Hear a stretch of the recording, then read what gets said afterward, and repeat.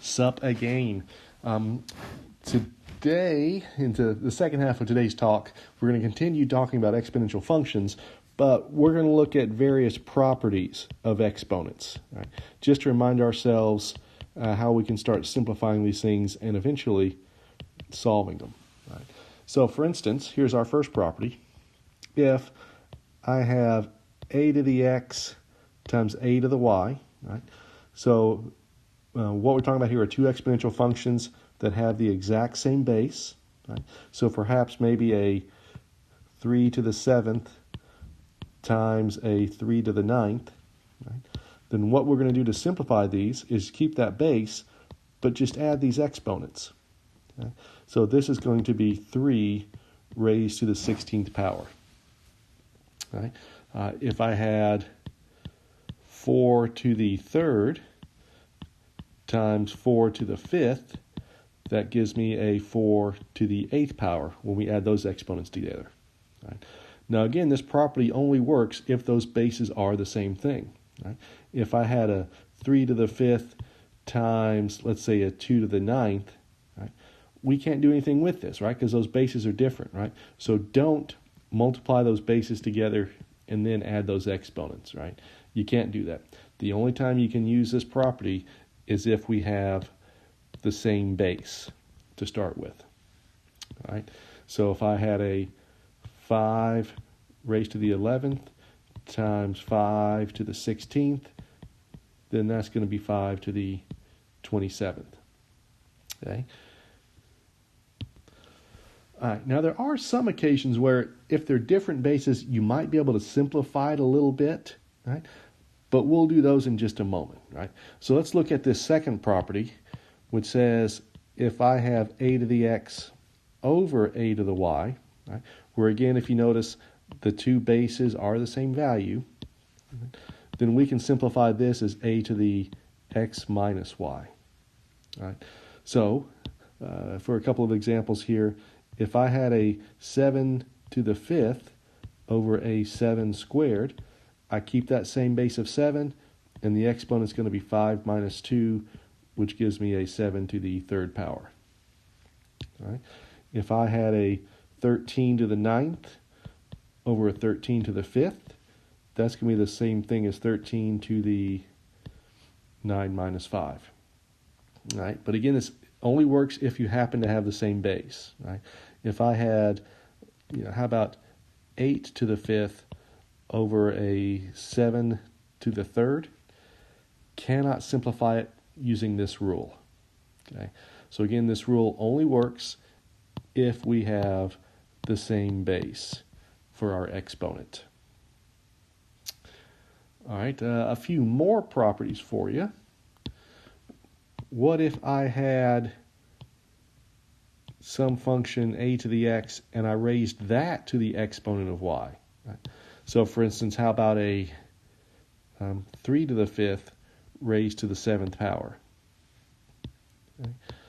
Then all you have to do here, again, is you keep your base a, and that's raised to the x times y power. Okay. Which means this would be a 3 raised to the 5 times 7, which is 3 to the 35th power. All right. Now the reason we can do this is when you raise something to the 7th power, that's the same thing as multiplying it by itself 7 times, right? So if we wrote out 3 to the 5th 7 times on here,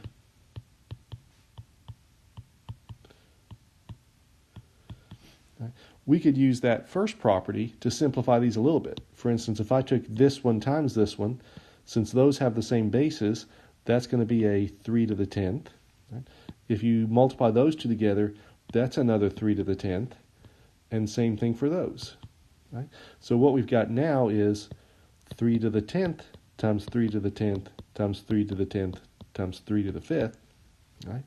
And then if we combine these two together, that'll be 3 raised to the 20th power. Combine those together gives me 3 raised to the 15th power. And now we're down to 3 to the 20th times 3 to the 15th, which is 3 to the 35th, right? Which is what we said it would be up here, right?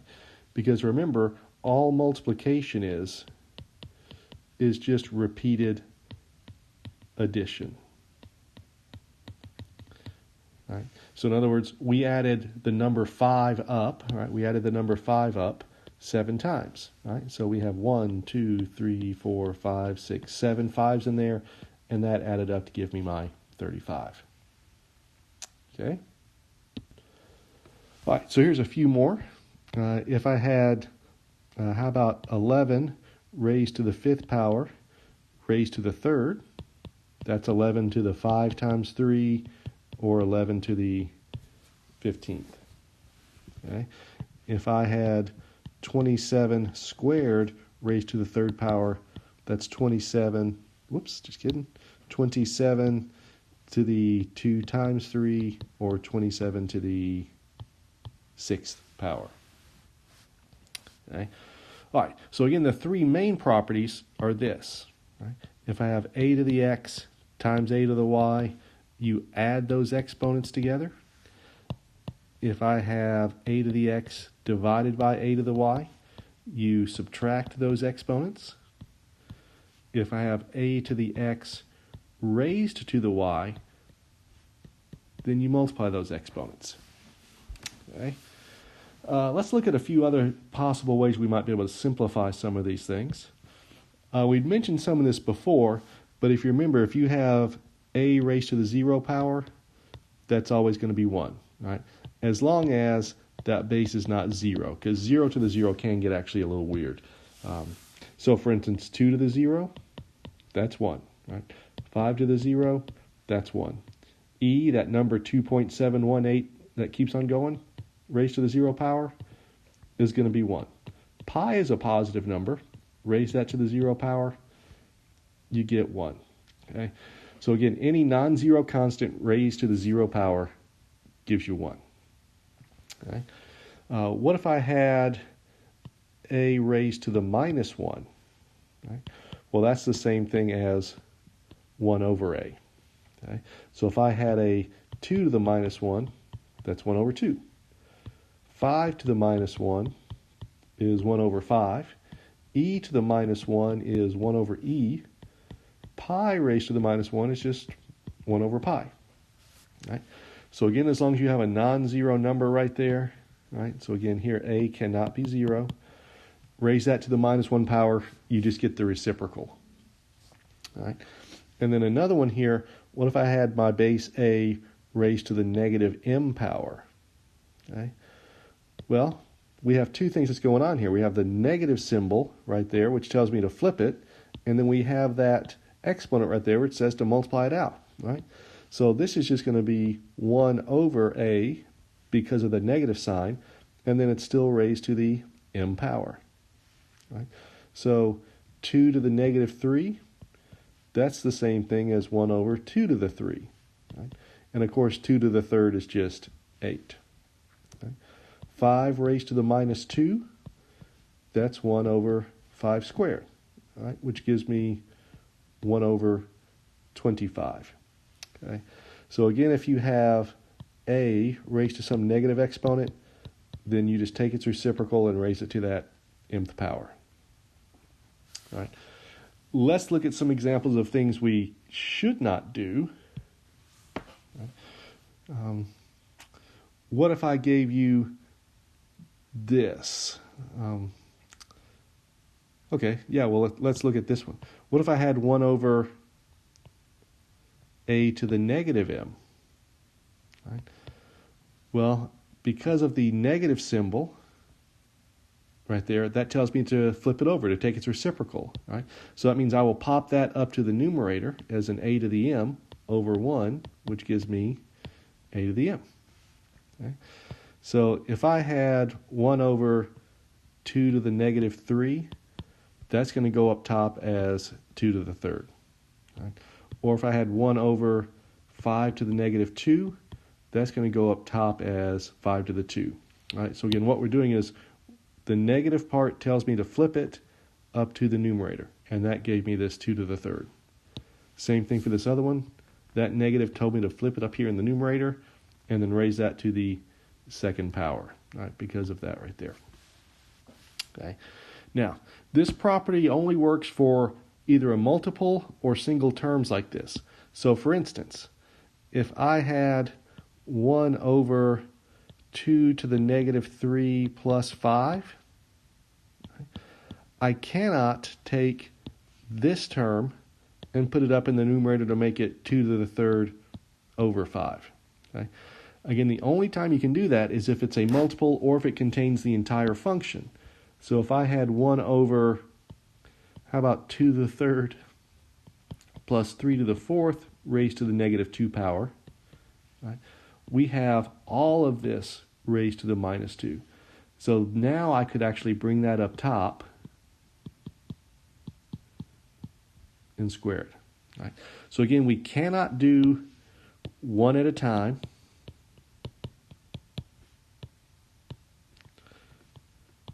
Right? But what you can do is if the entire function is inside that exponent, then you can do it. Okay?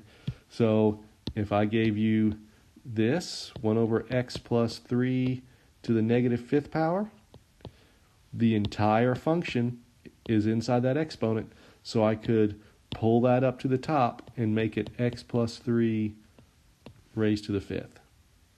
Right?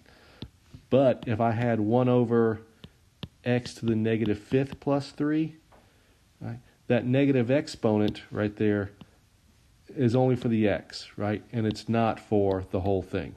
So I cannot bring that one up and leave that 3 down there. In this case, we're just kind of stuck with this for now. Okay? We'll see some ways to simplify it. Okay? So let's try to put some more of these ideas together. What if I gave you this? 5x squared times 7x to the fourth. How can we start to simplify these? Okay? Well, for starters, let's multiply the constants together and look at 5 times 7. And then what we can do is multiply those x's together and get x to the second times x to the fourth. Okay? This gives me a 35. And then if you remember your properties, we're supposed to add those exponents together. So that's x to the 2 plus 4. Right? So this winds up being 35 times x to the 6th. Okay? If I gave you this example, how about 2v squared times 3v cubed? Okay, remember your order of operations. We have to do the exponent part first. So what is 2v squared? That is 2v times 2v. Right? And then don't forget we've got this other 3v cubed hanging out there too. Right? So if we multiply these two terms together, the 2 times 2 gives me a 4, and then v to the first times v to the first gives me a v to the second. Okay? So that's what that looks like after we have squared that out. And now we can combine these together by noticing that 4 times 3 gives me 12, and v squared times v to the third, if you add those exponents, gives you a v to the 5th. Okay? So that's just 12 times v to the 5th. Okay? So again, make sure you simplify it before you start combining these things together. Okay? What about something like this? 7xy all raised to the minus 1. Well, again, what does that minus 1 exponent tell me to do? It tells me to take this whole thing right there and flip it to the denominator. So that'll be 1 over 7xy. Okay? What if I gave you something that looks like this? A z squared times y to the negative 1 raised to the third. Again, think about the properties we've been learning about. We can break this apart and make this a z squared raised to the third times y to the minus 1 raised to the third. Okay? And then for our properties of exponents, if I have a power raised to a power, remember you multiply those. So that's going to be a z raised to the 6th power. And then for this one, if I raise that power to that power and multiply it out, negative 1 times 3 will give me, whoops, just kidding, not a z, but it'll give me a y raised to the negative 3rd power. And then we could simplify this a little bit more because, again, this is a multiple. So what I could do is I could take this term and put it in my denominator like this. It would be a z to the 6th times 1 over y to the 3rd. And if you remember your properties of fractions, if we just multiply straight across, this is going to give me a z to the 6th up top and a y to the 3rd in my denominator. Okay? Let's do a few more of these. What if I gave you 3x raised to the minus 2? Okay. Well, again, the negative part of my exponent says to pop it down here in the denominator. So I'll take that whole thing and put it in the denominator like that. And then if I square it out, this would be 3 squared, right, times an x squared. And that just gives me, let's see, a 3 squared is 9, and x squared is just x squared. Okay. So that's how these things can simplify. All right, now as far as division problems go, here's one for you. What if I had a 2x to the 4th, y to the minus 4, z to the minus 3, all over 3x squared, y to the minus 3, z to the 4th. Right. We'll do a few like these today, but our next class period, we're really going to hammer these things quite a bit. But the idea behind these, first of all, is to, if you can, simplify the numerator and the denominator first. Right? And then once you have that, then what you're going to do is you're going to combine your variables together. Okay? So if you notice up top here, there's nothing I can simplify or put together. Right? I've got a 2, an x, a y, and a z. Nothing combines. Same thing in the denominator. I've got a 3, an x, a y, and a z, so none of those combine. So what I'm going to do is I'm going to combine these variables just one at a time. Okay? So let's look at our constants right here. So I have a 2 over 3, and then if you look at the x's right there, I have x to the 4th over x squared. If you look at the y's right here, I have a y to the minus 4 up top and a y to the minus 3 on the bottom. And then I've got a z to the minus 3 up top and a z to the 4. And if you remember your properties of exponents, remember we subtract those powers. So that'll be an x to the 4 minus 2. This will be a y to the negative 4 minus negative 3. And then this last one will be z raised to the negative 3 minus 4. Okay? So this is a 2/3 x to the positive 2, y to the negative 1, and z to the negative 7. Okay? And then to finish it off, I've got my fraction here of a 2/3. Since this x term has a positive exponent right there, let's keep it up top. Since this y term has a negative exponent, I can put it down here as y to the 1st. And then this z has a negative exponent, so I can put it down here as z to the 7th. Right? And then at this point, if you can simplify or cancel anything off, go ahead and do it. But you can see there's nothing that'll cancel and nothing gets simplified though. So that is it. That is our problem. Okay. All right, you might want to go over this again because it was a whole lot of rules. I hope you're writing down these properties. Put them on a sheet of paper, bring it with you to class, have it sitting right there next to you so you can just look up these properties and just use them whenever you need them. Okay? That's what I would definitely recommend doing. Right? So I will see you all tomorrow. I hope you've had a good weekend, and I hope you're ready to get back at it. Hard to believe, I think we're a little over halfway through at this point. It's going unbelievably fast. If you all need any help, come on by and see me. And if not, I will see you soon. Later.